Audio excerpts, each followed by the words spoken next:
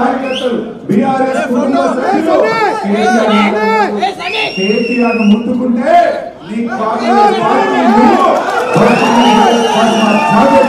హెచ్చరిస్తూ నేను ఇంకెక్కువ టైం తీసుకోకుండా గౌరవనీయులు కేటీఆర్ గారిని మాట్లాడాల్సిందిగా కోరుతున్నాను.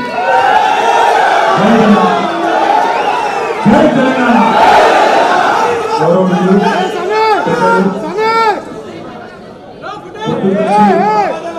జ్వరం ఉన్నా ఇక్కడ మరి మీ అందరికీ స్ఫూర్తినిస్తూ ఇక్కడే ఉంది పొద్దు నుంచి ఇప్పటిదాకా మీతోనే ఉన్న గౌరవనీయులైన మాజీ మంత్రివర్యులు పెద్దలు మా బావగారు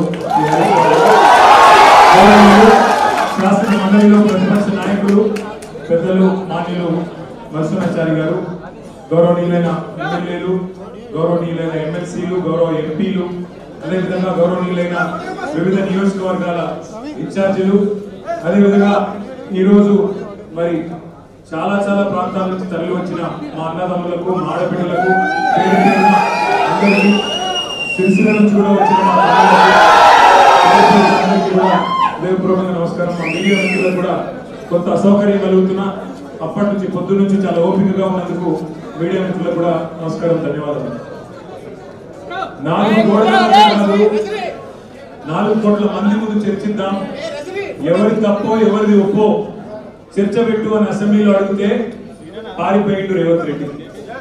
ఈ ఫార్ములా ఈ కార్ రేసింగ్ మీద నేనేదో తప్పు చేసిన అంటున్నావు కదా, కేసీఆర్ ప్రభుత్వం ఏదో తప్పు చేసింది అంటున్నావు కదా, దమ్ముంటే అసెంబ్లీలో చర్చ పెట్టు అని అసెంబ్లీలో కూడా పట్టుబట్టినాం, పారిపోయింది.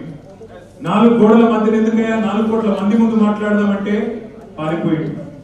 పోనీ ఇట్లా కాదు, ఈ బదనాం క్యాంపెయిన్ ఇంకెన్ని రోజులు నడుపుతావు, ఈ దేశంలో ఏ రాజకీయ నాయకుడు అనే విధంగా నేను అంటున్నా, నువ్వు ముందుకు రా, నేను తప్పు చేయలేదు, నిజాయితీకి ధైర్యం ఎక్కువ కాబట్టి అవసరమైతే లైట్ డిటెక్టర్ పరీక్ష తీసుకుంటా, నువ్వు కూడా రా, పక్కలేడు, పారిపోయాడు. అయినా మళ్ళీ పిలిచి మళ్ళీ ఈరోజు పిలిస్తే మళ్ళా పోయినాం. ఎందుకంటే చట్టాన్ని గౌరవించే వ్యక్తులుగా, న్యాయస్థానాల మీద నమ్మకం ఉన్న వ్యక్తులుగా నువ్వు ఎన్నిసార్లు పిలిస్తే అన్నిసార్లు వస్తా అని చెప్పిన పొద్దున్నుంచి 9 గంటలు ఒకటే క్వశ్చన్, అటు తిప్పడుగుడు ఇటు తిప్పడుగుడు, తిరులమరలేసి మరల తిరలేసి అడిగిందే అడిగి నేను కుల్లం చెప్పిన ఇప్పుడే హరీష్ రావు గారు చెప్పినట్టు ఈడికెళ్ళి ఎట్టి పరిస్థితుల్లో ఫార్ములా ఈ రేస్ పోవద్దు అని చెప్పి మొదటి సంవత్సరం విజయవంతంగా నిర్వహించిన తర్వాత 2వ సంవత్సరం కూడా ఈడనే ఉండాలి అని చెప్పి ప్రభుత్వ పరంగా విధానపరమైన నిర్ణయం తీసుకున్నాము.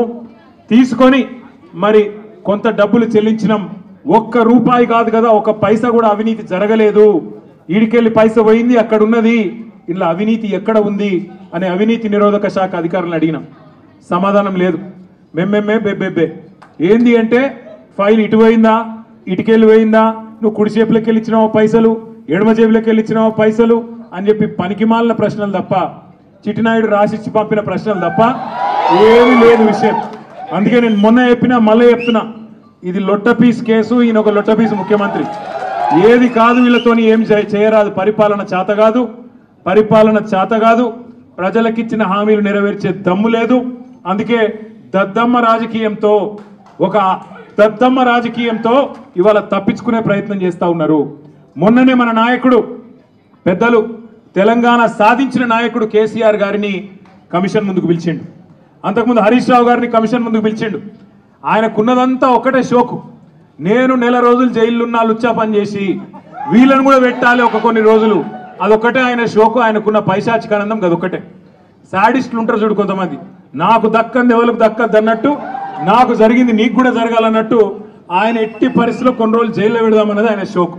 అందుకే నేను ఇలా అధికారులకు కూడా చెప్పిన, మీకు పైకి వెళ్ళి రావచ్చు ఆదేశాలు, ఇప్పటికే దబ్బన వస్తే పెడితే పెట్టుకోర్ర పోయి ఏముంది, మీరు పంపితే కూడా 15 రోజులు పోయేస్తా, ఏమున్నది, మంచిగా రెస్ట్ తీసుకొని వస్తా అని చెప్పిన.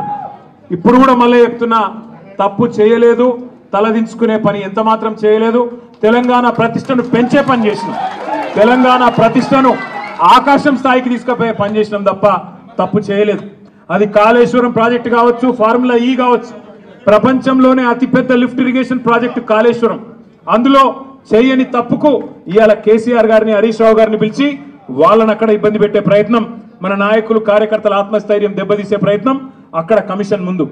ఇక్కడ ఏసీబీ అని పెట్టి మరి ఇక్కడేదో జరిగిపోయిందని చెప్పి ఏ కరప్షన్ జరగని ఒక కేసులో యాంటీ కరప్షన్ బ్యూరోని ఇన్వాల్వ్ చేసి మా ఆర్ఎస్ ప్రవీణ్ అని చెప్పిండు, నా చరిత్రలో ఇంతకంటే తుపేల్ కేసు నేను ఎప్పుడు చూడలే, 26 ఏళ్ళు ఐపీఎస్ అధికారిగా పనిచేసిన ఇంతకంటే తుపేల్ కేసు